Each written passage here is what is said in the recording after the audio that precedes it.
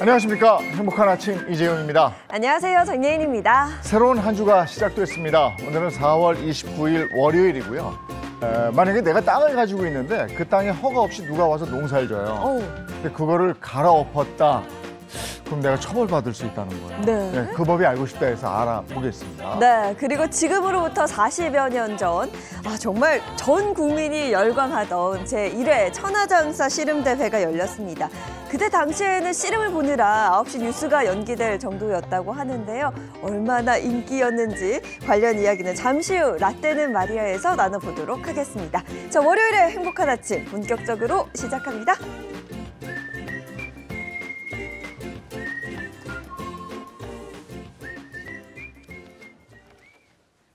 화제 이슈를 발빠르게 전해드리는 모닝 브리핑부터 시작하겠습니다. 허주연 변호사와 함께합니다. 어서 오세요. 안녕하세요. 네, 첫 번째 이슈부터 전해주시죠. 네, 첫 번째 소식입니다. 지난 26일 2대 고위공직자범죄수사처, 그러니까 공수처장에 오동훈 변호사가 최종 후보로 지명이 됐습니다. 오 변호사는 이 해병대 최상병 순직 사건에 대한 이 수사 외압 의혹에 대해서 법과 원칙에 따라서 성실히 수사하겠다는 입장을 밝혔습니다. 네, 석 달여간 사실상 지휘부 공백 사태가 이어지면서 수사에 차질을 빚었다는 그런 지적도 있었거든요. 맞습니다. 이 공수처장 자리가 지난 1월 20일 이후로 전임 김진욱 처장이 퇴임을 했던 시기인데요. 그때 이후로 석 달 가까이 빈 공석이었습니다. 이후 의사결정 책임자들이 잇따라 떠나게 되면서 수사에 차질을 빚는다는 지적이 이어져 온 만큼 이번 새 공수처장 임명과 함께 지휘부가 다시 채워지게 되면 최상병 사건 외압 의혹 등 주요 수사에 속도가 붙을 것으로 예상이 되고 있습니다. 오동훈 후보자는 사법연수원 27기로 2017년 변호사를 개업하기 전까지 20년 가까이 판사 생활을 해온 정통 법관 출신입니다. 사법연수원 내기수 선배인 윤석열 대통령과는 별다른 접점이 없는 것으로 알려졌습니다. 네, 최상병 사건 수사를 공정하게 하겠다 이렇게 얘기를 했기 때문에 앞으로 이 사건 어떻게 흘러갈지 세인들의 관심이 쏠리고 있어요. 네, 기자들도 바로 그 부분에 대해서 질문을 했습니다. 어제 오동훈 후보자가 인사청문회 준비단 사무실로 처음 출근하는 출근길에서 기자들과 만났는데요. 이때 최상병 사건에 대해서 짧게 언급을 했습니다. 그는 대통령실 개입 정황이 나왔다는데 성역 없는 수사가 가능한가라는 기자의 질문에 대해서 법과 원칙에 따라서 성실하게 수사할 생각이다라고 답변을 했는데요. 또 야당이 5월에 임시국회를 열고 최상병 특검 입법을 공언한 상황이기 때문에 오 후보자에 대한 이 질문도 들어갔습니다. 그랬더니 이 여권 추천 여부 상관없이 독립된 수사기관의 수장으로서 성실하게 업무를 수행할 예정이다라고 하면서 특검 일정에 개의치 않고 수사하겠다는 입장을 밝혔습니다. 네, 지휘부가 다시 채워진 공수처, 앞으로 어떤 성과를 낼지 눈여겨볼 일입니다. 다음 이슈 전해주시죠. 아파트 공사 도중에 중요한 철근을 빼먹어서 결국 붕괴 사고를 일으켰던 GS건설이요. 이번에는 한 채에 30억 원을 웃도는 고급 아파트에 품질 마크를 위조한 저가의 중국산 유리를 사용한 사실이 드러나서 논란이 일고 있습니다. 부실 시공으로 순살 아파트 논란이 있었던 일이 얼마 되지 않았거든요. 그런데 또 이런 일이 발생하다니요. 너무 충격적이죠. 특히 네. 유리는 안전과 직결되는 부분이기 때문에 더욱더 충격을 주고 있는데 지난 2021년 GS건설이 준공한 서울 서초구 소재의 이 아파트 단지에 한국 표준 KS 마크를 위조한 중국산 유리가 수천 장이나 사용된 것으로 드러났습니다. 이 유리는 세대 난간과 옥상, 연회장 등에 설치가 됐고요. 자세히 유리를 보시면 한국 표준 KS 마크의 모양이 정품과 미세하게 다른 위조된 제품이라는 것을 알 수가 있습니다. 이 유리는 강화 유리를 사용해야 되는 곳에 많이 쓰였는데요. 일정한 하중과 충격을 견딜 수 있어야 하는 장소에 성능이 불분명한 중국산 제품이 포함이 된 겁니다. 이런 사실은 이 유리 입찰에서 탈락한 업체가 저가로 낙찰된 경쟁 업체를 추적하다가 증거를 확보하면서 드러나게 됐습니다. 저것도 안전과 굉장히 밀접한 관계가 있는 건데 네. 저 업체 측 얘기는 뭐예요? 자기들도 피해자다, 우리도 몰랐다 이렇게 주장을 하고 있는 상황입니다. 아파트 시공 총책임자인 GS건설 쪽에서는요. 유리공사 하청 과정에서 중국산 위조 유리가 대거 반입이 됐기 때문에 이를 알 수 없었다 이렇게 주장을 하고 있는데요. 하지만 이 가짜 KS 마크가 그냥 보기가 굉장히 어렵게 정교하게 위조된 것이 아니라 맨눈으로도 확인할 수 있을 정도로 차이가 있다는 거예요. 그렇다면 시공 과정에서 관리 감독이 소홀했던 것이 아니냐 이런 지적도 나오고 있는 상황입니다. GS건설은 일단은 관리 부실에 대한 전체적인 책임을 인정을 하고 10억의 예산을 편성해서 문제가 된 유리들을 모두 교체하겠다라고 얘기를 하고 공사에 들어간 상황입니다. 이게 돈이 더 들게 생겼잖아요. 그러니까요. 그러니까 미리 이렇게 사고가 난 다음에 늘 뒤처리하는데 미리미리 좀 방지할 수 있었으면 하는 다시 한 번의 바람이고요. 자, 다음 이슈 전해주시죠. 교권 침해 논란으로 최근 교사라는 직업의 인기가 시들해진 가운데 2024학년도 입시에서요. 수능 6등급을 받은 학생이 교대에 입학한 것으로 나타났습니다. 과거 상위권 학생들에게 인기가 많았던 이 교사라는 직업의 인기가 다소 시들해진 탓이 아닌가라는 분석이 나오고 있습니다. 네, 입시 결과를 보니까 확실히 교사라는 직업에 대한 인기가 떨어졌다는 게 좀 느껴지는데 이런 결과가 상당히 이례적이라면서요. 그렇죠. 과거에 교대는 공부 잘하는 상위권 학생들이 굉장히 치열한 경쟁을 뚫고 들어가는 곳이었잖아요. 네. 정시 입학 결과를 공개한 전국 9개 교대 및 초등교육과 합격선을 분석해 봤더니요. 모든 대학의 합격선이 지난해에 비해서 하락한 것으로 나타났습니다. 특히 공주교대 같은 경우에는 올해 일반 전형 입시에서 국어, 수학, 탐구 영역에서 최저 6등급을 받은 학생들도 합격한 것으로 확인이 됐는데요. 입시학원 관계자에 따르면 보통 교대는 지방 교대라도 내신 1등급에서 2등급, 수능도 최소 2등급대가 대거 합격하곤 했는데 이렇게 떨어진 것은 이례적이다 이렇게 분석을 내놨습니다. 네, 이런 현상이 나타난 원인이 뭡니까?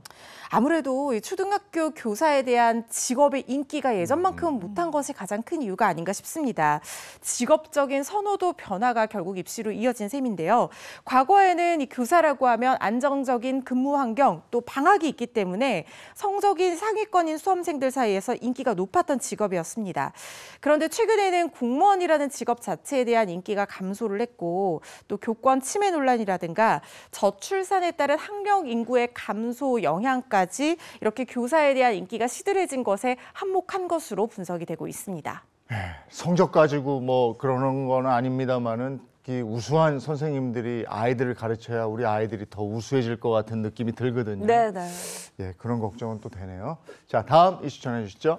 마지막 이슈입니다. 서울시가 아이를 낳은 무주택 가구에게 아이 한 명당 월 30만 원씩 주거비를 지원할 계획이라고 합니다. 부부의 소득 기준이나 나이에 상관없이요. 아이가 있는 무주택 가구라면 내년부터 출생아 한 명당 최대 2년간 720만 원까지 지원받으실 수 있을 것 같습니다. 네, 서울에 거주하는 무주택 가구에겐 좀 도움이 될 것 같은 정책인데요. 새로운 뭐 저출생 대책이다 이렇게 봐도 되겠죠. 그렇습니다. 서울시에서요. 탄생 응원 프로젝트 지금 시행 중이거든요. 네. 그 프로젝트 중에 하나입니다. 서울이요. 전국에서 가장 높은 주거비 부담이 있는 도시잖아요. 그러다 보니까 아이를 낳은 부부가 서울을 떠나거나 아예 출산을 포기하지 않도록 주거비 일부를 보전해주는 지원책이라고 합니다. 다태아인 경우에는 태아 수에 비례해서 지원이 되고요. 또 다문화 가족도 부모 중에 한 명이 한국인이고 출생아가 한국 국적이면 지원 대상에 포함될 수 있다고 합니다. 실제로 서울의 높은 주거비가 저출생의 주요 원인으로 꼽힌다면서요? 그렇죠. 이 통계청에 따르면요. 서울에 거주하는 신혼부부 중에서 무주택 비율이 64.9%고요. 무주택 신혼부부의 57.4%가 무자녀 가구로 조사가 된다고 합니다. 서울시는 이 서울과 수도권 아파트 월 주거비 차익이 대략 30만 원 정도인 점을 감안을 해서 이렇게 월 지원 액수를 정했다고 하는데요. 다만 서울에 소재한 전세가 7억 원 이하 또 월세 268만 원 이하인 가구를 기준으로 지원이 되고요. 임차인에 한해서 지원이 됩니다. 그리고 주택을 구입을 하거나 아니면 다른 시도로 전출한 경우에는 아쉽지만 지원이 중단된다고 합니다. 의식 주가 안정이 돼야 나의 2세도 기대해보는 거 아니겠습니까? 네, 맞습니다. 네, 오늘 모닝 브리핑 여기까지 하겠습니다. 허주연 변호사와 함께했습니다. 고맙습니다. 고맙습니다.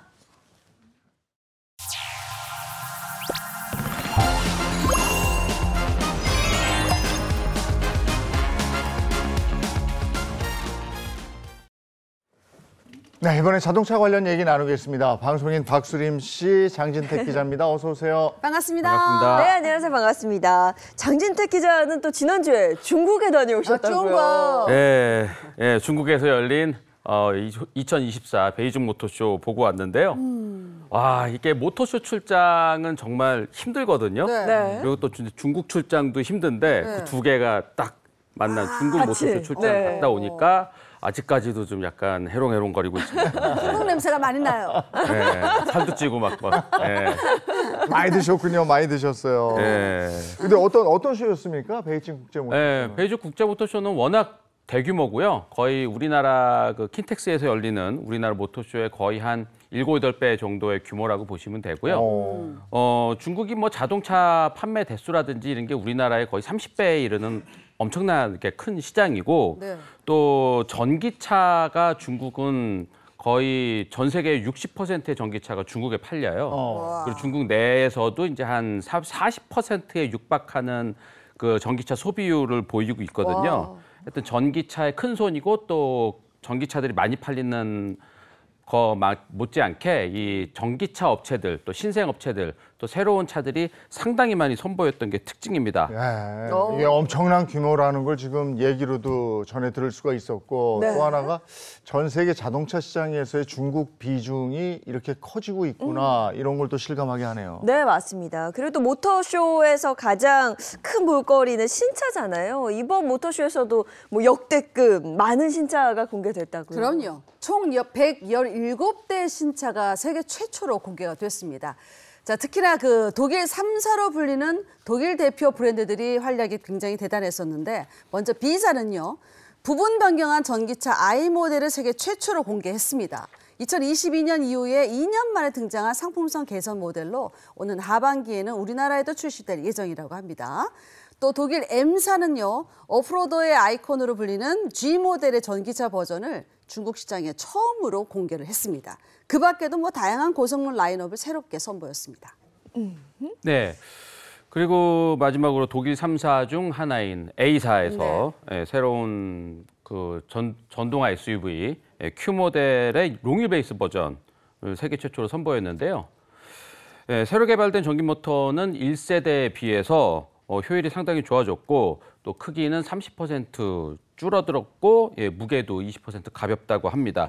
시스템 출력은 최고 387마력에 최대 주행 거리가 625km로 이제 상당히 멀리 가고 효율이 좋고요. 그리고 기존 Q 모델은 좀 작아서 중국에서 인기가 그렇게 많지는 않았는데 좀 더 큼직해진 모델이기 때문에 중국 사람들이 벌써부터 많은 관심을 보이고 있습니다. 네, 중국인들은 또 가족과 함께 차를 타는 걸 선호하기 때문에 뒷자리 공간이 넉넉한 걸 좋아한다고. 그럼요. 네. 이렇게 나라별로 인기 있는 차종이 다른 이 부분도 굉장히 재미있습니다. 자, 그리고 또 일명 가성비 기업으로 불리던 이 중국의 기업이 자동차를 출시해서 주목을 받았다고요. 그렇죠. 가격 대비 성능 좋은 제품을 판매해서 이른바 대륙의 실수라고 불리는 그런 기업입니다. 중국의 가전업체 X사가 낸 첫 전기차도 이번 모터쇼에서 화제를 모았습니다. X사의 창업자는 미국의 전기차 업체 T사가 판매 부진으로 가격을 내리는 와중에 우리는 7만 5천 대 판매량을 돌파했다. 이렇게 실적을 자랑하기도 했습니다. 또 15년에서 20년 뒤에는 세계 5대 자동차 기업 안에 포함되겠다. 이런 포부를 당당하게 밝히기도 했습니다. 네, 이번 모터쇼는 참 볼거리가 많은 모터쇼인데 우리나라 자동차 업체들도 많이 주목을 받았죠. 네. 그 먼저 국내 H사의 경우에는 중국 진출은 이제 전기차로 중국 진출한 지가 1년이 됐는데요. 네. 이번에는 그 전기차의 고성능 버전을 중국 사람들에게 선보였습니다. 이 I 모델, I에 이제 뒤에 그 다른 영문자가 붙은 요 모델을 이제 선보였는데 그 이 차는 뭐 전 세계적으로도 아주 유명하고 또 2024년도 그 올해의 차 고성능 부분에서도 선정된 차라서 전 세계적으로 인정받은 차인데 이제 이 차를 중국 사람들이 다들 알고 있고요. 현장에서 반응도 상당히 뜨거웠습니다. 뭐 여러 가지 동력 성능이라든가 또 뭐 파워면 파워, 그다음에 운전의 재미면 재미 이런 것들도 다 입증된, 전 세계적으로 다 입증된 차기 때문에 그 중국에서도 아마 좋은 성적표를 보여주지 않을까 기대되고 있습니다. 자, 여기서 끝나면 서운합니다. 자, H사는 우리나라에서 아빠차로 통하는 그런 중형 SUV S 모델도 공개했습니다. 2019년 4세대 모델을 중국에 출시한 이후에 5년 만에 새롭게 선보이는 차량이라고 해요. 자, 또 H사의 준중형 SUV 중에 가장 많은 판매량을 올린 T 모델도 선보였습니다. 자동차는 역시 거거익선, 크면 클수록 좋지 생각하는 이 중국 현지 고객들의 취향을 반영해서 기존 모델보다 전장을 한 30mm 확대했다고 합니다. 중국인들의 취향을 제대로 저격하기 위해서 네. 좀 변화도 주고 국내 기업들도 많은 준비를 한 것 같습니다. 또 다른 기업은요? 네, 국내 H사 나왔습니다. 국내 또 K사 또 나와야 되잖아요. 네. 예, K사도 이제 신선한 볼거리를 많이 준비를 했는데 뮤지컬 형식의 이 쇼케이스도 상당히 주목을 받았고요. 또 이 모델, 중국에서만 팔고 있는 이 모델에 이 배터리를 늘린 모델이 또 새로 출시를 했습니다. 이 모델은 중국 현지에서 생산되는 그 중국 현지화 모델인데 기존에는 배터리가 좀 작은 것만 있었는데 이번에 이제 배터리를 좀 크게 늘린 버전을 또 선보여서 그 중국에서는 이제 이 모델이 스탠다드 2륜구동 모델과 롱레인지 2륜구동, 그다음에 4륜구동 모델까지 총 3가지 모델로 생산될 예정이라고 합니다. 자, 또 요즘 중국 자동차 시장은 가격 경쟁에 불이 붙었어요. 예, 그런 시장 분위기에 대응하고자 이 글로벌 엔트리 SUV 차종인 S 모델을 선보였습니다. 자, S 모델은 그동안 뭐 인도나 남아프리카 공화국을 위주로 판매해서 온 소형 SUV예요. 근데 다양한 편의 사양을 탑재해서 더 안전하고 편안한 주행이 가능한 것이 특징이라고 합니다. 야, 국내에서 볼 수 없는 미출시 그 자동차들도 많이 볼 수 있는 게 또 이 글로벌 모터쇼의 장점이 아닐까 싶은데 마지막으로 소개해 줄 건 어떤 겁니까? 예, 마지막은 그 H사의 고급 브랜드죠. G 브랜드에서 전기차인데 이제 G 모델의 부분 변경한 버전, 부분 변경 버전을 세계 최초로 중국 모터쇼에서 공개를 했습니다. 3년 만에 변경된 부분 변경 모델인데 또 중국 시장에 맞춰서 허리를 좀 늘린 롱휠 베이스 버전으로 출시를 해서 중국 사람들한테 많은 관심을 받고 있고요. 지금 뭐 보고 계시는 컬러도 중국만을 위해서 좀 화려하게 또 투톤으로 맞아요. 작업된 컬러를 선보였는데 현지에서도 관심이 상당히 많았습니다. 자, 또 파란색과 대비되는 주황색 컬러의 고성능 콘셉트카를 공개해서 고성능 차 개발에 대한 의지와 열정을 강조했습니다. 더 날렵해진 쿠페형 SUV 출시 소식까지 알렸는데 이처럼 세계 최대 규모의 그 자동차 시장 중국에서 한국 기업이 얼마나 활약될지 기대가 됩니다. 네, 여기까지 자동차 관련 소식 알아봤고요. 이번엔 우리 주변에서 일어나는 사건, 사고를 법의 관점으로 풀어보겠습니다. 그 법이 알고 싶다.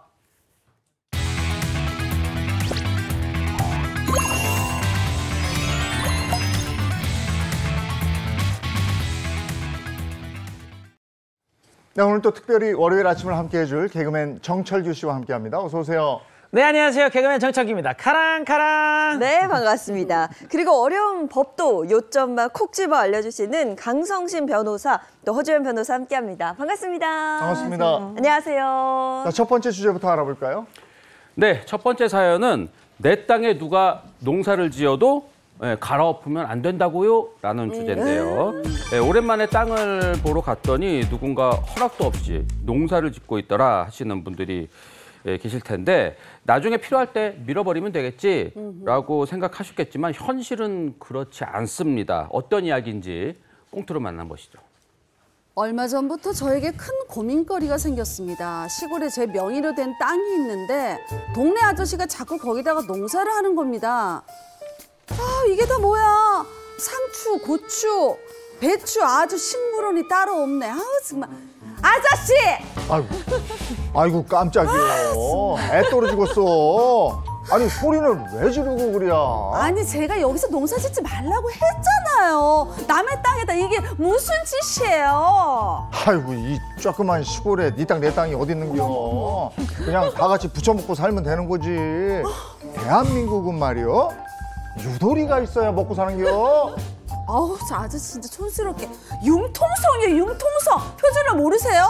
생긴 게 아나운서처럼 생겨가지고 말이 이게 뭐야. 아무튼 이거 싹 다 치우세요. 아니면 제가 확 갈아엎어 버릴 테니까 그렇게 알아요?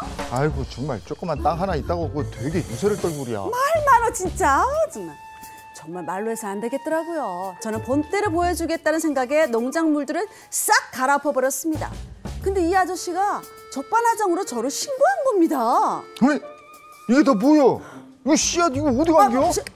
뭐라고 지금 욕하신 거예요? 씨 뭐라고? 아 이거 그 제대로 들어. 씨앗 말이요 씨앗. 얼마 전에 씨 다 뿌려놨는데 아이고 저기 있네. 경찰 아저씨. 네, 무슨 일이시죠? 아 이 아줌마 좀 잡아가요. 여기를 아주 쑥대밭으로 만들었단 게요. 아니 아저씨 여긴 제 땅이잖아요. 아 정말. 무슨 상황인지는 대충 알겠네요. 자, 그럼 저랑 같이 서해 가서 말씀하실까요? 그래 얼른 데려가세요. 얼른 데려가세요. 아니요. 지금 그 여성분께 말씀드리는 겁니다. 저랑 서로 가시죠. 어머. 아니 제가 교철소에 왜 가요? 아 이게 뭐야 이게? 이거 나요 이거 왜 이래? 그러면 천천히 와. 응? 그동안 나 농사 좀 다시 짓게. 천천히 와. 응? 남의 땅을 함부로 쓰면 그 사람이 잘못한 거 아닙니까? 아 왜 제가 잘못했다는 건지 도무지 이해가 안 돼요. 이게 정말 현실은 아니겠죠? 이거 진짜 뭐야? 이게 뭐요? 할 상황이에요. 진짜. 이게 뭐요 지금? 와, 이런 아니, 일이 있구나. 무단으로 경작한 이 주민 대신 땅 주인이 처벌을 받게 생겼습니다. 이게 어떻게 된 일일까요? 네, 은퇴 후 귀농을 결심한 김 부장의 사연인데요. 김 씨는 고향에서 집을 짓고 농사를 하기 위해서 미리 500평대, 그러니까 한 1,650제곱미터 정도 되는 땅을 샀는데, 그런데 마을 주민 이성실 씨가 3년째 남의 땅에서 성실하게 인삼을 키운다는 것을 알게 됐습니다. 이 씨에게 그러지 말라고 아무리 설득을 해도 소용이 없자 이 김 부장은 마을 이장을 찾아갔는데요. 그러자 이장이 이런 말을 들려줬다고 합니다. 아 그 땅? 아 어차피 노른 땅 같아서 나가 이 씨한테 농사 좀 지으라고 했지. 아 어차피 김 씨도 우리 동네 내려가서 살 거 아니오. 아유 동네 시끄럽게 하지 말고 너뭐 가. 그러니까 이장님이 해결해 줄 걸로 알고 찾아갔더니 그러니까. 오히려 빈 땅에 농사 지으라고 먼저 권한 사람이 이장님이었어요. 네. 아니 어떻게 이런 일이? 아니 있어? 근데 귀농해서 살면은 보통 이장님한테 잘 보이는 게 좀 사는데 편하잖아요. 근데 땅 주인 입장에서는 진짜 고민이 많을 것 같아요. 이거 뭐 그냥 넘어가기로 했나요? 예, 땅 주인은 참지 않았죠. 네. 화가 난 김 씨는 모두가 잠든 새벽에 밤새도록 삽으로 인삼밭을 다 이제 갈아엎었는데 다음 날이 되다 이 온 동네가 난리가 났습니다. 왜요? 특히 주민 이 씨는 남의 인삼 농사를 저지경으로 망쳐놨으니 죄값을 받아라.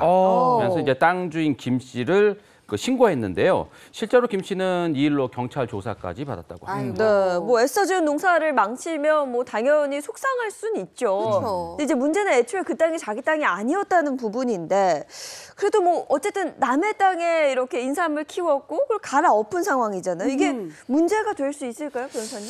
네, 일단은 누가 내 땅에 막 상추, 고추, 인삼 같은 거 심어가지고 난처한 상황이 실제 있다고 합니다. 예, 지방 같은 데 가면 있다고 하는데 맞아요. 그러면 이게 도대체 누구 것이냐라는 문제가 생겨요. 이렇게 보시면 될 것 같아요. 만약에 이 테이블이 남의 소유고 이 볼펜이 제 거예요. 근데 이 남의 소유의 테이블 위에 이 볼펜을 놔뒀다고 하더라도 이거는 여전히 제 거잖아요. 네. 그러니까 농산물의 경우에 예를 들어서 이 사건에서는 인삼이었죠. 네. 이 인삼의 소유권이 누구한테 있느냐, 이 인삼은 누구 거냐의 문제인 거예요.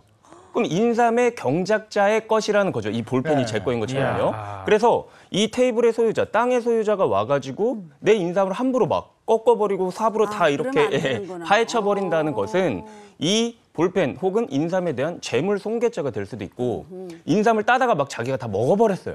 이런 경우에는 절도죄도 될 절도 수가 안 돼요. 있다는 거예요. 그리고 이 인삼이 만약에 어떤 경제적 가치를 가지고 있다고 하면 손해배상 청구도 당할 수가 있습니다. 아니 근데 내 땅인데. 네, 내 땅인데 내 땅에 내가 뭘 하는데 이게 법이 왜 이런 겁니까 이게? 근데 아까 강 변호사님께서 들어주신 예를 기준으로 설명을 드리면 볼펜을 올려놓는데 뭐 엄청난 노력이 필요하고 볼펜 막 심어야 되고 뭐 이런 거 아니잖아요. 그리고 잠깐 올려놨다 가져가는 거잖아요. 그런 이유에서 농작물은 재배 기간이 그렇게 길지가 않아요. 우리 집에서 대파 같은 거 수경 재배해 보면 뭐 2, 3주 만에 막 쑥쑥 살아나잖아요. 농작물을 이렇게 심는데 토지 소유자가 굉장히 오랜 기간 피해를 보거나 뭐 이런 건 아닌데 이 농작물을 다 토지 소유자 거라고 하면 그 농작물을 재배하는 데 들인 사람에게 너무나 가혹하다는 것이 이제 판례의 태도입니다. 그렇다고 해서 우리 법은 항상 공평을 기하거든요. 이렇게 남의 허락 없이 농사를 지어도 가만히 손 떼고 땅 주인 아무것도 할 수 없다. 그건 또 아니에요. 땅 주인은 내 땅을 사용했잖아요. 이 농작물을 기르는데 지료, 그러니까 토지 사용료를 내라 이렇게 청구를 해서 그 기간 동안 사용료를 받으실 수가 있고요. 또 만약에 이렇게 농작물 짓다가 뭐 땅을 훼손한다던가 뭔가 손해가 생겼다고 하면 그 부분에 대한 손해배상도 청구하실 수 있습니다. 근데 어쨌든 이제 조사를 받게 된 거고 재물 손괴죄 처벌을 받을 수도 있는 건데 어떻게 된 거예요? 네, 위기에 처한 땅 주인에게 한 가지 반전이 일어났는데요. 첫 번째 사건의 쟁점, 밭 갈아엎은 땅 주인, 씨앗이라서 살았다입니다. 경찰은 땅 주인과 함께 문제의 밭을 확인하러 갔는데요. 현장을 유심히 보더니 이런 말을 남겼다고 해요. 아, 잠시만요. 여기 새싹만 있는 거 보니까 씨를 뿌린 지 얼마 안 됐네요. 아, 이러면 재물손괴죄를 적용하기는 어렵죠. 두 분 화해하세요. 그러면 새싹을 뽑아도 된다는 거예요? 일단은 이 법원의 판례에 따르면요. 그 농작물이 경작자의 것으로 인정을 받기 위해서는 어느 정도 이렇게 성숙한 농작물이어야 된다라고 보고 있어요. 물론 이 성숙한 농작물이라는 게 조금 견해의 차이는 있을 수가 있습니다. 해석의 차이가 있을 수는 있지만 뭐 보편적으로 그냥 씨를 뿌리거나 그냥 아니면 새싹이 정말 요만큼 났어요. 이 정도는 이 농작물로서의 어떤 재물적 가치로 보지 않는다라는 것 같아요. 네, 그래서 이 사건에서는 그 인삼을 파종한 지 얼마가 되지 않아서 농작물이 막 새싹을 키운 단계였던 것 같은데 이게 어떻게 보면 땅 주인한테는 좀 다행스러운 일이었던 거죠. 네, 땅 주인 입장에서는 막 놀래기도 하고 심령가수하기도 한 것 같은데 그러면 주민과의 갈등은 어떻게 좀 잘 해결됐나요? 아니죠. 네. 이게 2파전에 들어갔는데 두 번째 사건의 쟁점, 인삼 농사 실패하자 이번엔 나무를 심었다입니다. 에헤, 참. 이 분노한 이 씨가 이번에는 뽕나무를 대량으로 가져와서 김 씨의 땅에 심어버린 겁니다. 뽕나무를 심었어요. 그러니까 인삼밭을 망친 것에 대한 복수로 뽕나무를 심은 거네. 그렇죠. 예, 그렇습니다. 이 땅 주인 김 씨는 몇 달 사이 500평대 땅이 모두 뽕나무 밭이 된 것을 보고 아연실색했는데 이제 은퇴 후에 살 집을 지을 준비를 해야 되는데 뽕나무가 한 그루도 아니고 이것 때문에 아무것도 못하고 있다. 어떡하냐 하면 이제 울상을 줬습니다. 아니 땅 주인이 인삼이야 뭐 이렇게 손으로 잡아 빼든 삽으로 펄 수 있는데 이거는 포크레인 동원해야 되는 거 아닙니까? 근데 아까 농작물 함부로 손대지 말라고 그랬잖아요. 네. 이럴 때도 가만히 둬야 되는 겁니까? 어떻게 해야 되죠? 일단 결론부터 말씀드리면 나무는 좀 달라요. 그러니까 이 볼펜을 예로 들면 이제 이 나무는 이 볼펜이 아예 테이블과 하나가 돼버렸다라고 보는 거예요. 이게 붙어버린 거예요. 이제 테이블의 일부인 거예요. 예, 그래서 나무 같은 경우에는 땅 주인의 소유가 돼버립니다. 예, 왜냐면 이렇게 농작물 같은 거는 금방금방 수확이 일어나는 반면에 나무는 한 번 땅 심으면은 주인의 소유가 되는. 예, 거의 땅에 이제 부합된다라고 우리가 내 표현하는데 거네 그럼 내 거야. 예, 땅의 일부가 되어버리는 거예요. 야. 그래서 이 경우에는 아까 그 인삼 같은 농작물과 반대로 뽕나무를 심은 사람이 예를 들어서 나무를 베어버리거나 그럼 뭐 또안 돼. 오디를 막 뭐 자기가 따먹었다라고 하면은 역으로 안 돼. 문제가 될 복수를 수가 있어요. 써야 돼. 그런 상황. 그러니까 나무와 우리가 아까 얘기했던 인삼은 조금 구분해서 보고 있다라는 점 알아주셨으면 좋겠습니다. 와, 이거 재밌네요. 이렇게 인삼과 나무는 테이블에 달라. 펜이 하나가 되면 나무가 네네. 그건 이제 책상 소유주 맞습니다. 것이다. 야, 이거 놀랍습니다. 그러면 이제 땅 주인이 이제 열매를 따먹거나 그쵸. 아니면 그 나무를 뽑아서 팔아도 되는 거네요. 자기 마음인 본인의 거죠. 소유니까. 그게 됩니다. 실제로 돼요. 그런데 처음부터 그렇게 하지는 마시고 일단 나무를 심은 사람한테 이거 좀 치워달라, 뭐 정리해라 이렇게 일단 경고를 한번 하시고 그래도 주인이 아무것도 하지 않고 방치를 한다고 하면요. 말씀하신 것처럼 나무를 잘라서 팔아버려도 되고요. 그리고 나무에 만약에 열매가 열린다고 하면 그걸 따먹어도 돼요. 실제로 나무를 심은 사람이 그 열매를 만약에 따먹잖아요. 땅 주인에 대한 절도죄가 성립을 하는 그런 거예요. 판례 입장입니다. 역전이네. 그런데 이 사건 핵심은요, 몰래 심은 나무. 그러니까 이걸 법률 용어로는 권원 없이 심은 나무여야지 이렇게 땅 주인의 소유가 된다는 거예요. 허락을 받았거나 아니면 토지의 임대차 계약, 뭐 사용료를 냈다거나 이런 상황에서는 권원을 받아가지고 식재를 한 거잖아요. 그럴 때는 또 이게 소유권 관계가 달라질 수 있다는 점도 명심하셔야 됩니다. 근데 땅은 있는데 오랫동안 토지 관리를 못하는 사람들도 있잖아요. 그러니까 무단 뭐 경작 금지 이런 편말을 이렇게 붙여놔도 사람들이 계속 거기 땅을 사용하더라고. 이럴 때 어떻게 해야 돼요? 그래도 일단은 네. 제가 봤을 때 편말 같은 거를 해놓는 게 무조건 좋을 것 같습니다. 땅 주인의 이거가 입장에서는 있습니다. 내가 지금 당장 이 땅을 사용하고 있지 않다고 하더라도 네. 뭐 무단으로 경작하지 마세요. 뭐 경작 시 강력하게 뭐 법적 조치를 취할 예정입니다. 네. 이런 거를 해놓는 게 좋은 게 나중에 아까 그 인삼의 경우를 들면은 우리가 지료 청구를 해야 된단 말이에요. 네. 그런 걸 내가 내 땅인데 당신이 아무런 권한 없이 인삼 농사를 지었다라고 하는 어떤 입증 근거가 될 수 있거든요. 내 사유지고 나는 분명히 이런 거를 하지 말라라고 했다. 경고를 했다. 했다. 네, 이거지. 그런 의미에서 제가 봤을 때는 편말 같은 걸 설치를 해두시는 게 좋을 것 같고 이런 게 없으면 또 무슨 문제가 생길 수가 있냐면 어떤 사람이 무단으로 들어와서 이거 이제 뭐 남의 땅 아니겠지? 그러고 내가 이 스스로 이건 내 땅이야라고 생각하고 20년 동안 그냥 아무런 문제 없이 거기서 경작을 하면 나중에 20년 후에는 이 사람이 자기 땅으로 실제 주장을 해버릴 수가 있단 말이에요. 그렇죠. 그렇기 때문에 이거는 분명히 소유자가 미리부터 내 땅이다라고 명확하게 표시를 좀 해두시는 것이 나중에 20년 뒤에 내 땅을 뺏겨버릴 수 있는 위험에 빠지지 않는 하나의 방법이라고 볼 수 있어요. 네. 그 돈을 안 받더라도 임대차 계약 같은 걸 해놔야 되겠네. 네, 임대차 계약은 가장 확실한 방법 중에 하나. 뭐 그냥 돈 안 받을 테니까 임대차 계약은 합시다 해가지고 해야 돼. 네. 사용대차 뭐. 알겠습니다. 무단 경작에 합법적으로 대응하는 방법 알아봤습니다. 다음 주제로 한번 가볼까요? 네, 다음 주제는 부모의 재산만 믿고 방탕하게 살던 아들이 연로한 아버지에게 이것까지 대신 내달라고 했다는데요. 두 번째 사연은요. 아버지 건물 좀 주시고요. 세금도 대신 내주세요입니다. 무슨 내용인지 꽁트로 만나보시죠. 예. 저희 집안은 경제적으로 여유로운 편입니다. 자식에게 물려줄 건물도 있으니까요. 그런데 언제부터였을까요? 아들 녀석은 부모가 돈이 많은 것만 믿고 엇나가기 시작했습니다. 아빠, 이씨, 아저씨 어디 있나? 야, 이 녀석이 이게 아버지한테 무슨 말버릇이야. 여보, 당신 저 애 어떻게 키우는 거야? 어떻게 키웠길래 저 지경이야, 애가? 왜 또 나한테만 그래요? 저기야 너 많이 취했다. 아버지한테 인사드리고 얼른 들어가. 어여. 아이 참, 취향이 뭘? 아버지, 나한테 아버지 소리 듣고 싶어요? 그러면은 그 20억 건물 나 주셔? 그러면 내가 아버지 하고 불러드릴게. 뭐? 정말 기가 막혀서 말이 안 나오네. 뭐 저 자식 하나 있는 게 저 모양이니 내 인생 잘못 살았어 정말. 자식 잘못 키운 죄 누굴 탓하겠습니까? 마지막으로 녀석이 원하는 대로 해주고 인연을 끊기로 마음먹었습니다. 그런데 건물을 받은 아들이 또다시 욕심을 부리는 겁니다. 오랜만입니다. 아빠, 이씨 아저씨 어디 있어? 이 녀석이 진짜 네가 원하는 건물 줬잖아. 그런데 또 와서 행패야? 참 행패. 그게 아니라 건물을 받았으니까 국세청에서 나보고 증여세를 내라네.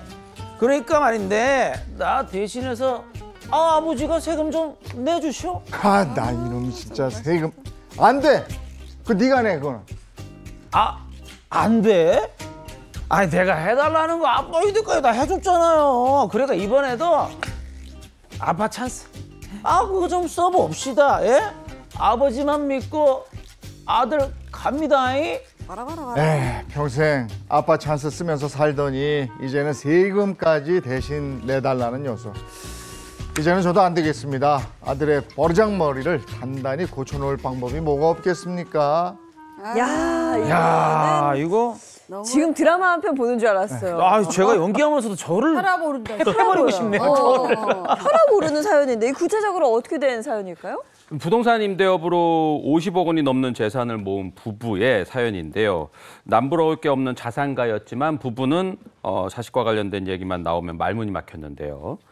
부부의 슬하에는 두 딸과 막내 아들이 있었는데 아들이 변변한 직업도 없이 부모의 재산만 흥청망청 쓰면서 살았던 겁니다.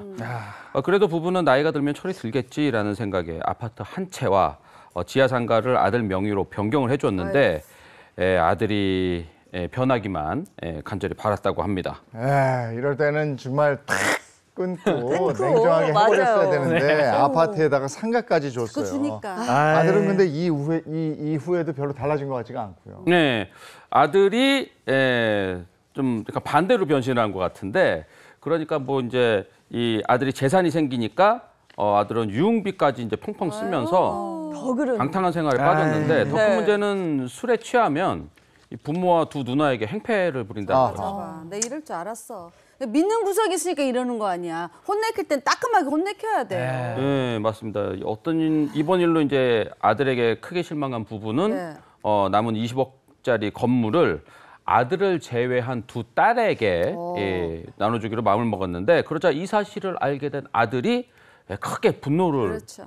하면서 자기 몫의 재산을 누나들에게만 물려주려고 했냐면서 이제 누나들을 때리는 것도 모자라서 급기야 아버지에게도 주먹을 휘두르는 해륜을 야, 이거 막 야, 이거 이 건물 욕심 때문에 아버지를 때린 거거든요. 이건 뭐 도를 넘어도 한참 넘었는데요. 맞아. 네, 이게 누구에게 말도 못하고 혼자 괴로워하던 이 아버지가 결국 그 아들에게 재산을 주면서 한 가지 조건을 달았는데요. 네, 바로 이런 조건을 달았습니다. 아버지. 네. 건물 지분의 절반인 10억 원을 너한테 주마. 그 대신 다시는 우리 앞에 나타나지 마라. 알았지? 이렇게 얘기한 거예요. 아들.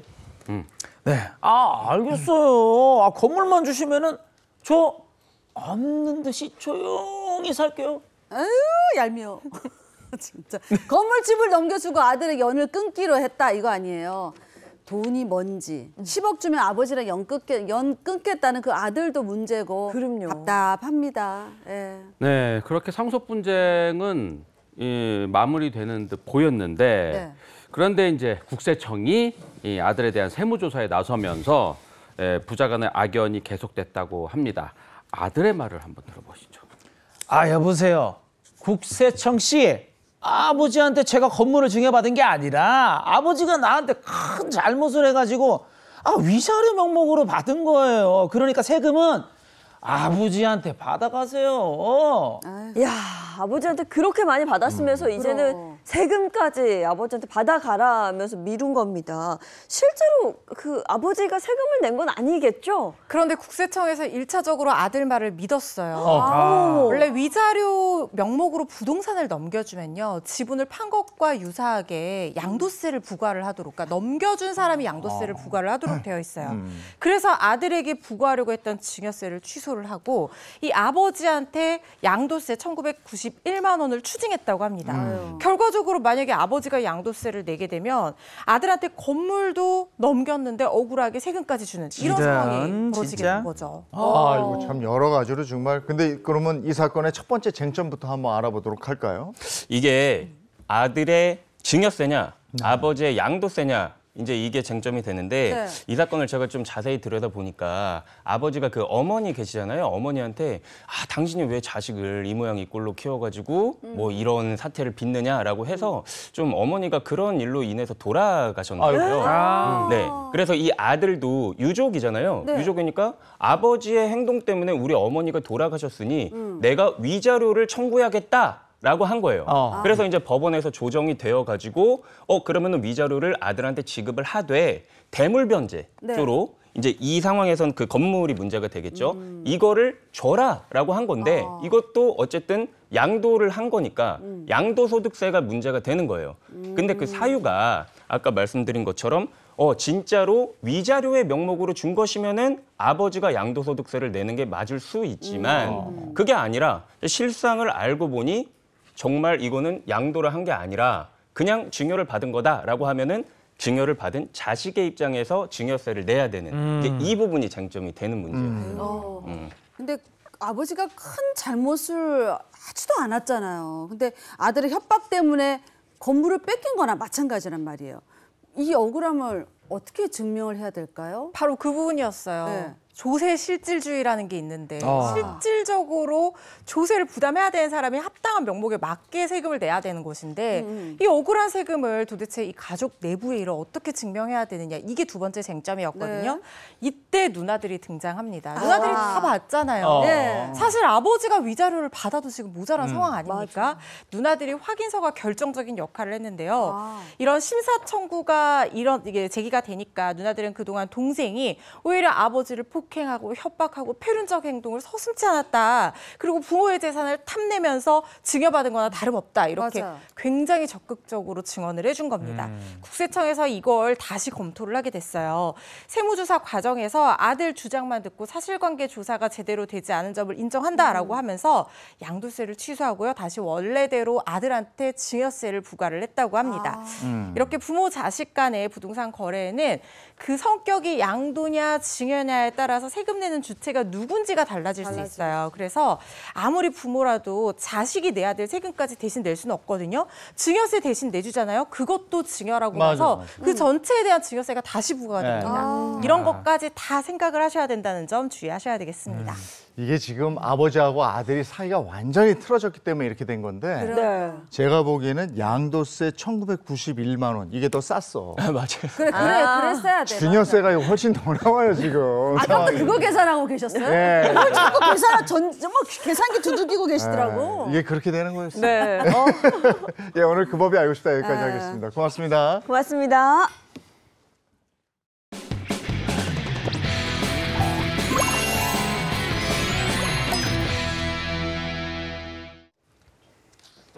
네, 이어서 라떼는 말이야 주제는요. 80년대 국민 스포츠 천하장사 씨름대회입니다.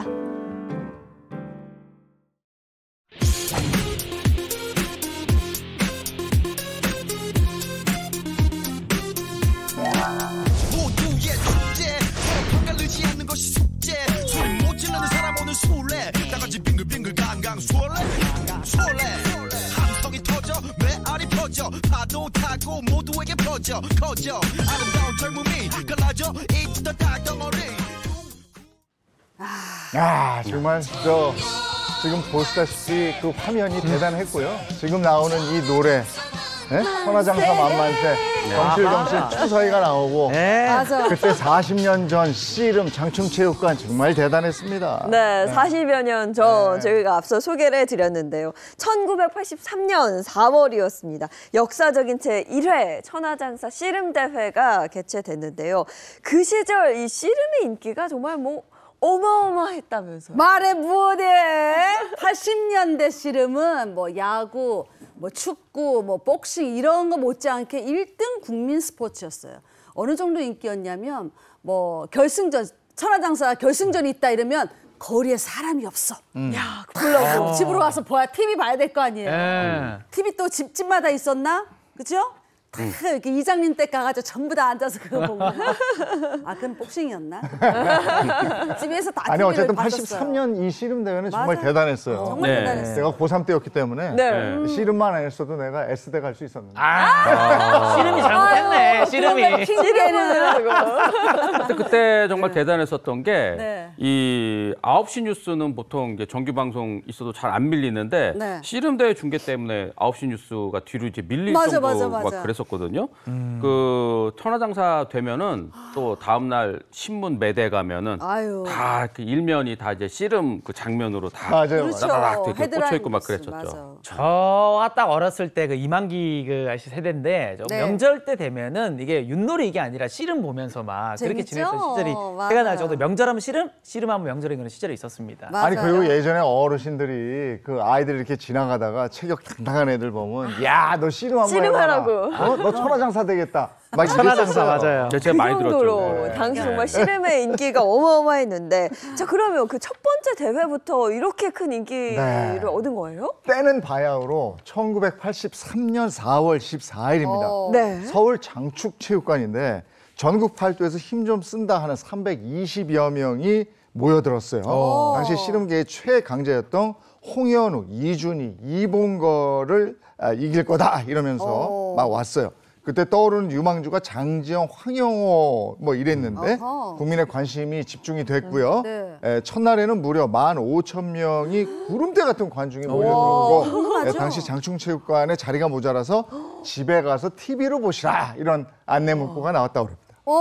맞아요. 그 씨름 경기 TV로도 중계를 했었어요. 그러니까 마지막 결승 그 TV 중계 때는 시청률이 무려 61%. 엄청났었죠. 우와. 그때 2010년 남아공 월드컵에서 우리나라 경기 시청률이 평균 50%였다는 점을 감안하면 경이적인 숫자였어요. 61%. 대단했네요, 진짜. 대단한 거였어요. 저도 네. 이때 그 아주 뜨거웠던 열기가 기억이 나는데 네. 이 당시 첫 우승자부터 이게 뜻밖의 우승자가 나와서 크게 화제가 됐었죠. 네, 그때 전국 8도의 장사들을 꺾고 마산 출신. 아하. 마창진의 창원이거든요. 경남 마산. 네, 마산 네. 출신의 21살 대학생 이만기라는 선수가 이만기. 천하장사로 탄생을 한 겁니다. 이만기 선수는 그전까지는 우승 경력이 없는 무명 선수였는데요. 결승에서 모래판의 여우로 불리던 한라장사 최욱진 선수를 배지기로 매다 꽂는 순간 가족들이 일어나가지고 그냥 체육관이 아주 2002 월드컵보다 더할 정도로 난리가 났어요. 배지기 들어갑니다.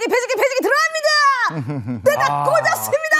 이거 배지기. 이야, 그러니까 각본 없는 드라마가 펼쳐졌던 겁니다. 네. 이만기 선수가 우승할 거라는 건 뭐 아무도 예상을 못했었나 봐요. 당시 이만기 선수의 인기는 정말 대단했습니다. 대회 성적도 좋았지만 잘생겼잖아요. 그렇죠. 순수한 외모에 화려한 기술 씨름을 구사해서 더더욱 인기였고 80년대 당시에 이만기 선수의 인기가 어느 정도였냐면 네. 이만기를 몰라야 서울대 간다라는 말이 있을 정도였대요. 그 정도로 세상과 담 쌓고 공부해야 명문대 간다 이런 뜻이었다고 합니다. 그래서 못 가셨구나. 이만기 선배님이 잘못했네. 이만기 선배님한테 많이 전화해서 잘못했네. 사과해야 될 것 같습니다. 많이 잘못했네. 네. 네, 이때 그 이만기 선수까지 포함해서 씨름계 트로이카 3인방 체제가 이때 시작이 됐죠. 그렇지. 예. 모래판의 3이 그러니까 빅3라고 예. 불렸죠. 그러니까 인간 기준기 이봉걸, 모래판의 황제 이만기, 자 모래판의 신사 이준희.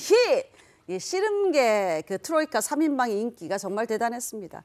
이봉걸 선수는 신체 조건이 너무 좋았어요. 키가 컸잖아요.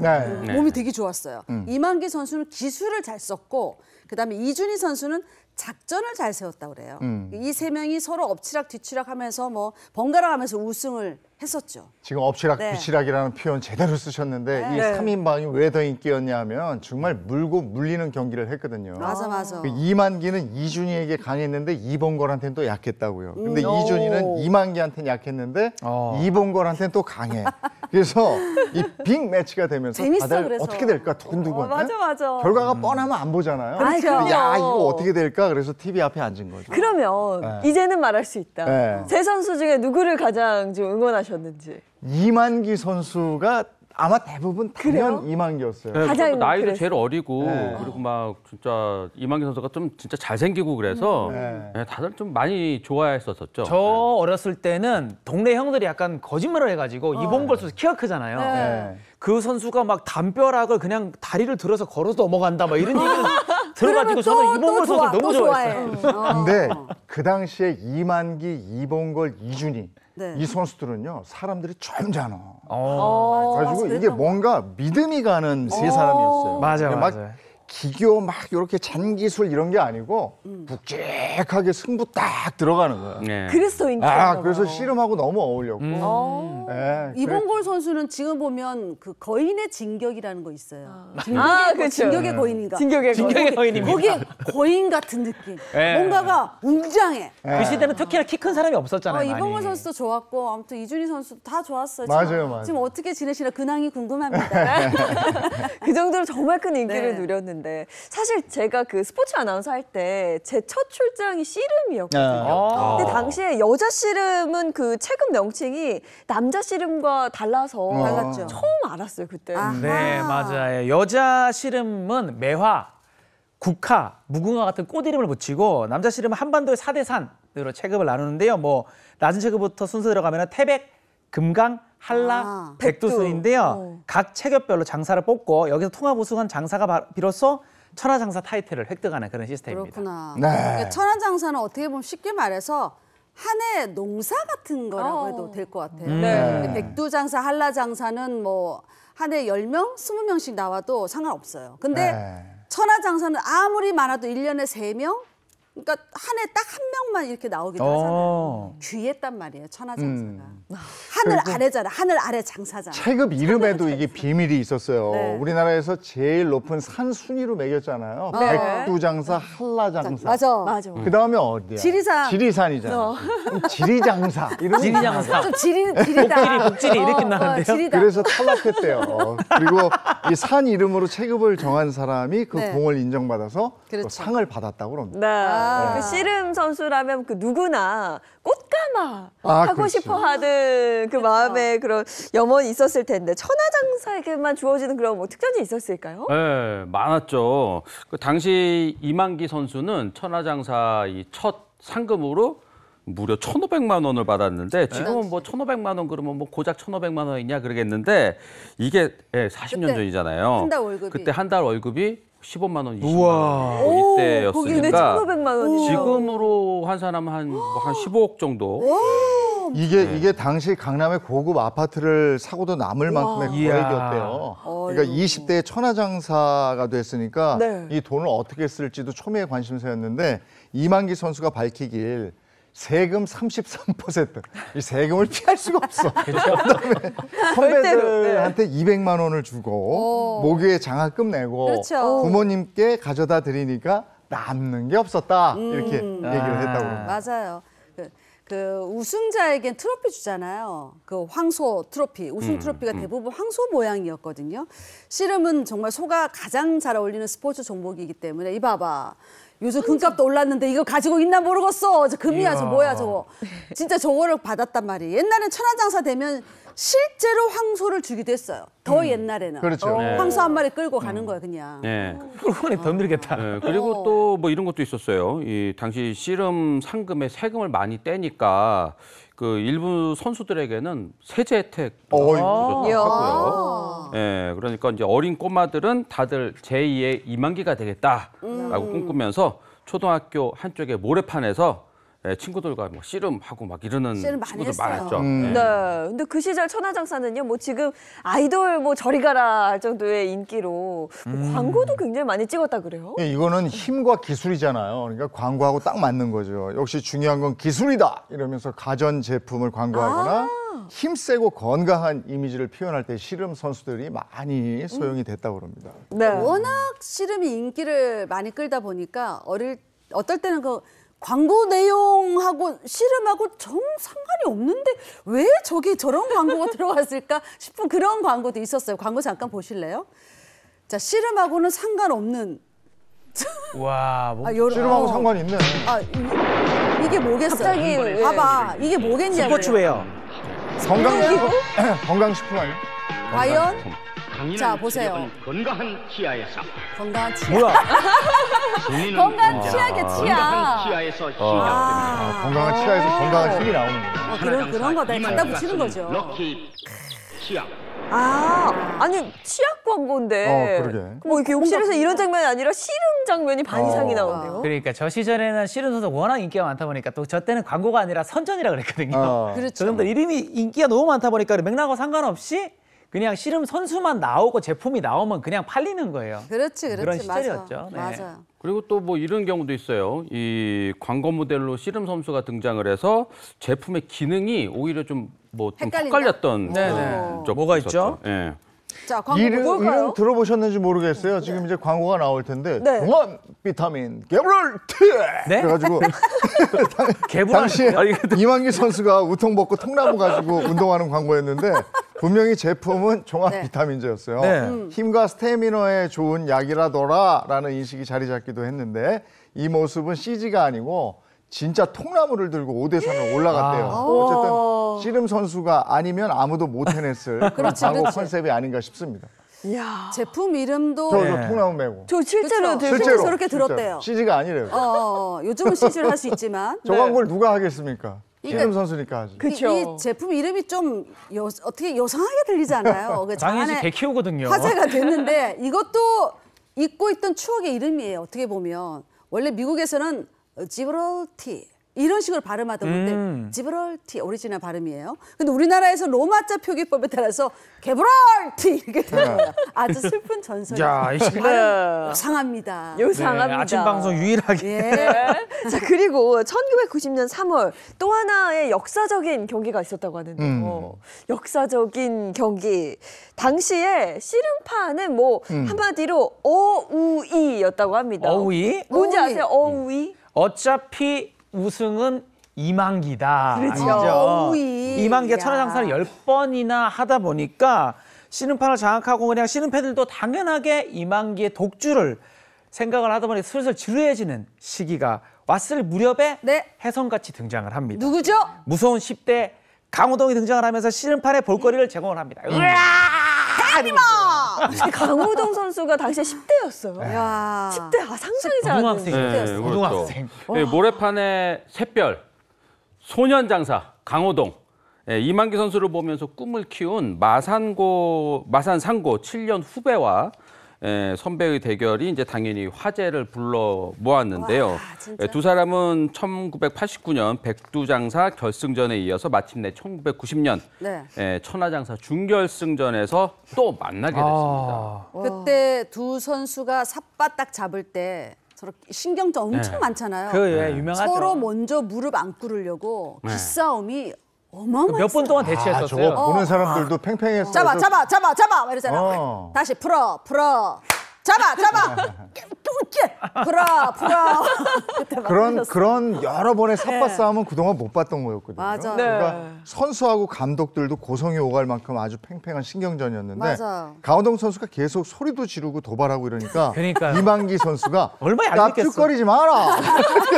툭거리지 마라. 띠끼야까지 결국 이날 대결에서 강호동 선수가 승리를 하면서 야. 씨름판의 세대 교체가 일어나게 됩니다. 이날 그러면 강호동 선수가 이만기 선수를 이길 거라고는 아무도 몰랐던 거죠. 네. 예상 그렇죠. 왜냐하면은 당시 25세였던 이만기 선수의 전적은 290승 19패입니다. 승률이 무려 93.9%였고요. 강호동 선수는 고작 이제 6승 25패, 승률이 19.4%에 불과한 풋내기였습니다. 그리고 이 무서운 10대가 당대 최강의 천하장사를 넘어뜨리니까 관중들이 그냥 흥분을 안 할 수가 없었던 거죠.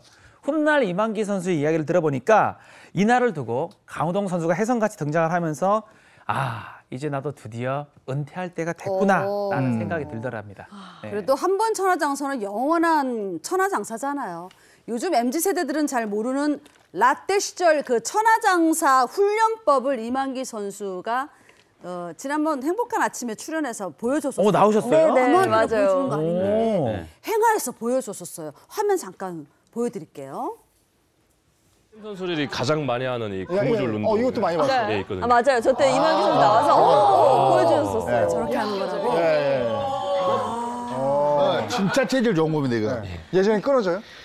아니, 이건 재질이 좋아가지고 이게 터지질 않아요. 지금 이게 이제 재질도 좋고 이런 노즘. 그때는 재질 뭘 갖고 했냐면은. 뭐야? 그것도 약간 뭐야? 삐리삐리했어. 그것도 약해서 이걸로 자. 했다. 있거든요. 그거 하는데. 여기서 퀴즈입니다.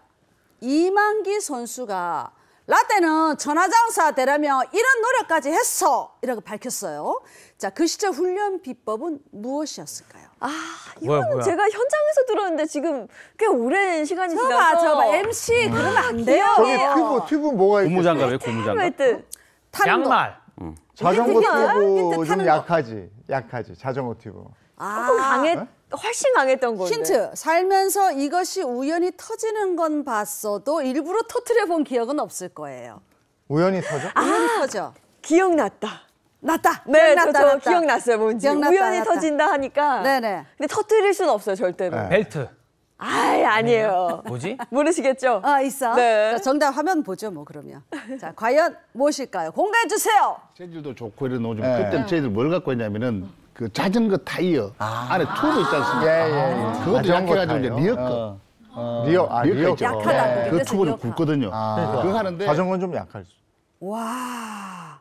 이야, 저게 힘이 보통이 아닌 거예요. 이야. 그게 약해서 리어카 타이어 튜브를 썼다고. 요즘에 유도장 같은 데 가면 아예 저런 게 나와요. 전형이. 전형이 나와. 네. 그걸로 애들 또 이런 연습도 하고. 그죠. 이렇게 네. 힘 기르는 연습도 하고. 그러니까 고무줄 대신 자전거 타이어 튜브를 네. 터뜨려 가면서 훈련을 했다는 겁니다. 역시 뭐 장사들은 달라도 좀 달라. 달라. 네. 스케일이 달라요. 예. 이렇게 재밌던 씨름이었는데 90년대 후반부터인가요? TV에서 이 씨름 경기를 보기가 점점 좀 힘들었던 것 같아요. 맞아요. 제가 딱 그거를 경험한 세대인데요. 맞아. 영원할 것 같았던 씨름의 인기는 90년대 후반부터 점점 사그라들기 시작했습니다. 가장 큰 이유가 1997년에 IMF 위기가 왔을 그 외환위기가 왔을 때인데요. 기업들이 경제적 부담으로 줄줄이 프로 씨름단 해체를 선언을 하게 됩니다. 그러다 보니까 또 프로 야구와 프로 농구, 프로 배구의 출범도 겹치게 되면서 씨름은 점점 설 자리를 잃게 되는 거죠. 네. 그렇게 한때 8개였던 프로 씨름팀이 2016년 마지막 팀까지 해체하면서 모두 없어졌어요. 근데 현재는 뭐 대부분 지자체 산하의 실업팀에 속해서 대회에 뭐 참가하고 있다고 하는데 그때는 프로 야구보다 씨름의 인기가 훨씬 좋았거든요. 그러니까 아쉬운 면이 좀 많죠. 네, 어르신들 정말 좋아했고 저도 좀 많이 좋아했거든요. 네. 네. 근데 이게 이제 힘과 기술이잖아요. 네. 씨름은 네네. 듬직하게 싸워서 삿바 잡고 탁 넘기면 이기는 거예요. 네. 아주 단순하죠, 어떻게 보면. 그렇죠. 근데 여기에 스타들이 나타났거든. 그때 막 이만기, 이준희, 이봉걸, 뭐 지금은 뭐 저 누구야 하고 그 개그맨이 네. 됐습니다마는 네. 그 이런 강호동. 이런 대단한 스타들이 맞아요. 나왔었기 때문에 많은 분들이 봤는데 그 이후에는 덩치들이 너무 컸어. 그렇죠. 네. 근데 또 씨름 보면서 누가 이길 것이다 이렇게 단순히 보는 게 아니라 자, 저 기술 들어간다, 저 배지기 들어간다, 저 엎어치기 들어간다, 뭐 한다, 뭐 다리 기술, 건다, 뭐 기술. 이러면서 맞아요. 기술을 막 서로 막 얘기를 해요. 이게 그 심판처럼. 당시 씨름이 재밌었던 해설하고. 게 사람들의 심리가 작은 사람이 큰 거인 같은 사람 넘길 때 희열을 느끼는 그게 거예요. 기술이니까. 그게 이만기 선수와 이봉걸 선수였다 보니까 응원을 하면서 그런 게 있었는데 재밌었어요. 다 커져버리니까 그러니까요. 이 재미가 없어요. 재미가 떨어진 누가 거죠. 누군지 모르는 시절이 되고 막 그랬었던 맞아. 그렇죠. 누가 누군지를 모르는 시절이 온 거예요. 그러니까 어떤 종목이 히트가 되려면 스타가 나와야 되더라고요. 맞아요. 그렇지. 예. 근데 그래도 다행인 건요. 요즘 뭐 제 또래 뭐 2030 세대, MZ 세대 사이에서 씨름의 인기가 정말 좋아졌습니다. 이제 뭐 예능 프로그램도 맞아요. 많이 생겼고요. 사실 뭐 인터넷상으로 몇몇 이제 선수들이 좀 화제가 됐어요. 잘생기고. 네. 그러면서 이제 제 또래 친구들이 아니 이 좋은 걸 할머니 할아버지들만 보고 있었다는 거야. 맞아요. 뭐 이런 얘기까지 그렇죠, 그렇죠. 했었거든요. 우리 장현 씨 한 바퀴 돌 얘기하는 때가 됐구나. 좋은 거죠. 20대 자기 또래인 사람 친구들이 네. 옛날에는 그 이전마저만 해도 UFC라든지 이런 격투기를 되게 좋아했었거든요. 아, 종합격투기. 네, 그러는 씨름에는 거의 관심이 없다가 최근 2, 3년 사이에 SNS에 보면은 막 씨름 선수들의 인기가 부쩍 높아지면서 이 씨름이 제2의 전성기를 맞이했다는 그런 말도 있어요. 네. 방송 프로그램도 많이 제작됐고 채널A에서도 그 씨름 예능을 만든 적도 맞아요. 있잖아요. 네네. 요즘 씨름 선수들이 요즘은 식스팩도 있고 몸들이 너무 좋아. 나는 저기 트레이너들이 막 나와서 하는 줄 알아. 몸들이 막 너무 괜찮은 거야. 와. 옛날에 뭐 두리뭉실 둥글둥글하고 둥글둥글 두리뭉실. 장진택 기자님 같으면 어렸을 때 씨름 해볼 생각 없냐. 많이 막 이런 들었죠. 얘기 많이 들었다 그러잖아요. 네. 요즘은 안 그래요. 단단해 보이고 네. 막 조각 같은 몸들이 얼굴도 와서 막 잘생기고. 씨름하니까 좀 네. 다르긴 하더라고요. 인기 굉장히 많죠. 게다가 또 요즘 그 씨름 경기하는 그 환경이 예전이랑 좀 많이 달라져서 네. 이 씨름판이랑 이 관중석이랑 거리가 상당히 좀 가까워졌어요. 예, 그리고 그러니까 관중들이 이제 선수들의 거친 뭐 숨소리라든지 뭐 이런 미세한 표정 변화라든가 뭐 이런 것들도 다 볼 수 있어서 더 박진감이 넘친다는 거죠. 이런 달라진 그 씨름 경기를 보러 가는 재미도 뭐 재밌을 것 같습니다. 네. 그리고 우리나라의 씨름이요 유네스코에 등재됐잖아요. 그렇죠. 2018년 남북 첫 공동 유네스코 문화유산으로 올랐는데 당시에 남과 북이 같이 유네스코에 올린 것도 처음 있는 일이었습니다. 그동안에 남한의 아리랑, 북한의 조선 민요 아리랑, 남한의 김치와 김장 문화, 북한의 김치 담그기 풍습 뭐 이런 것들이 개별로 등재가 되어 왔는데 씨름만큼은 남과 북의 의지가 유네스코의 중재로 공동 등재되기로 결정이 된 그런 거였습니다. 네. 남북은 다른 것 같은데 한미 한민족이라서 그런지 하나죠, 그냥. 네. 모두가 진짜 씨름을 그럼요. 좋아하는 것 같아요. 네. 다른 스포츠 경기보다 이렇게 씨름이 인기가 있었고 지금도 사랑을 받는 이유는 좀 뭐라고 생각을 하세요? 이게 스포츠가 축구나 이런 것 같은 경우에는 90분이 지거나 결과가 나오잖아요. 씨름은 땡 하고 나면 뭐 짧게는 3초 내에 바로 결과가 나오니까 하이라이트를 따로 볼 필요 없이 지금 보면 되는 그렇지. 거예요. 그러니까 결과가 빠르니까 재밌는 거죠, 이게. 그러니까 끝날 때까지 끝난 게 아닌 예측 불허의 뭐 그런 싸움이다, 기싸움이다 이렇게 생각해요. 이만기 선수 한창 때는 이렇게 해서 질 것 같았는데 이렇게 뒤집기라고 그러나? 뒤로? 허리 힘으로 이렇게 뒤로 넘겨버려요. 이게 용수철처럼 이렇게 해가지고 아직도 그죠? 기억이 나. 이건 정말 말이 안 되는 기술이었는데 그게 구현이 되는 허리가 걸 보고 엄청 튼튼해야 되는 거예요. 그러니까요. 저 사람은 진짜 대단하구나 했던 그런 기억이 납니다. 근데 우리나라 씨름을 보면 참 아쉬운 게 일본에 가면 스모가 아직도 인기고 어마어마하죠. 정말 세계적인 인기거든요. 근데 우리 씨름도 씨름도 계속 그렇게 그렇게 될 수 있지 않을까 싶었는데 맞아요. 그런 건 있었어요. 왜 저 심판 복장을 보면 여기 빨간색, 여기 파란색 네. 네. 그렇게 딱 나는 브라우스 비슷한 뭐 좀 이상해. 있어. 나 그거 입은 게 좀 안 어울리고 그래가지고 그걸 좀 어떻게 바꿀 수 없을까? 그것도 그렇고. 심판을 완전 혹시도 일본 입히든지. 스포를 보면 완전히 전통이거든.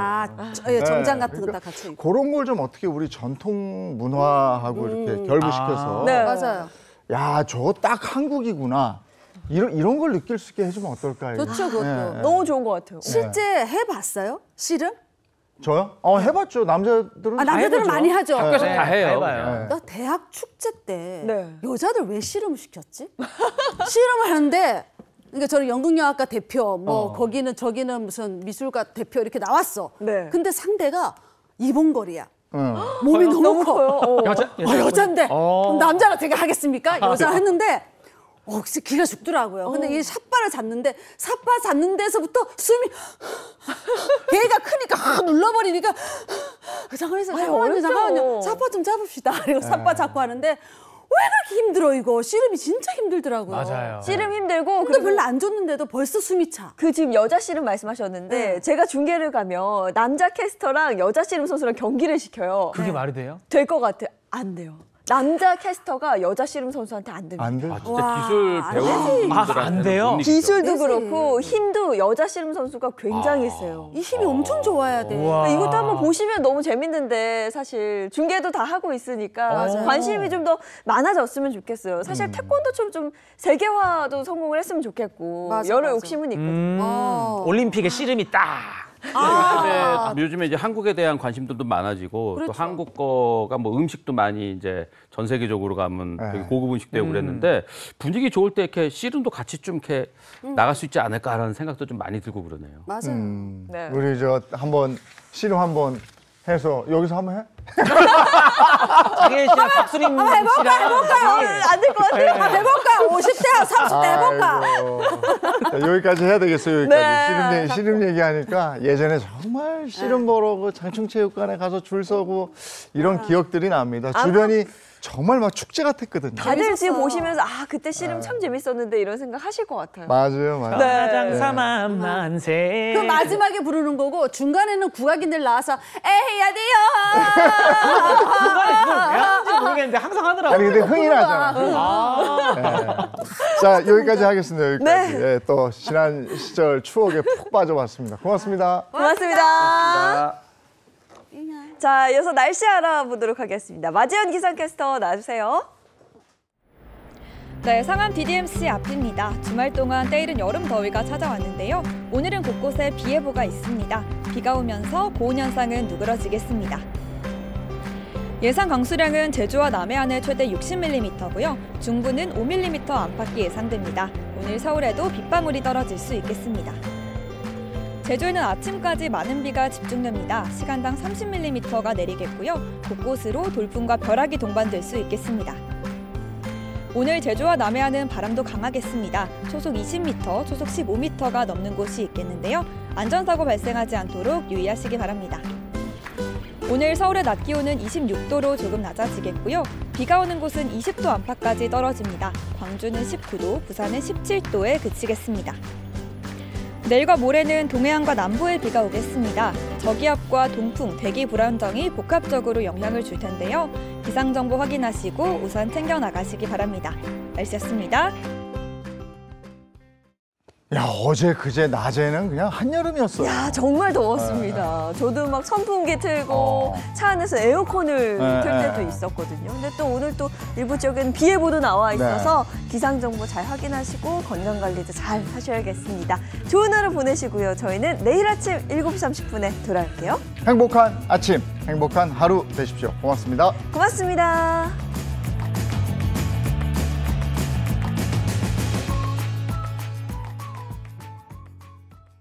채널 A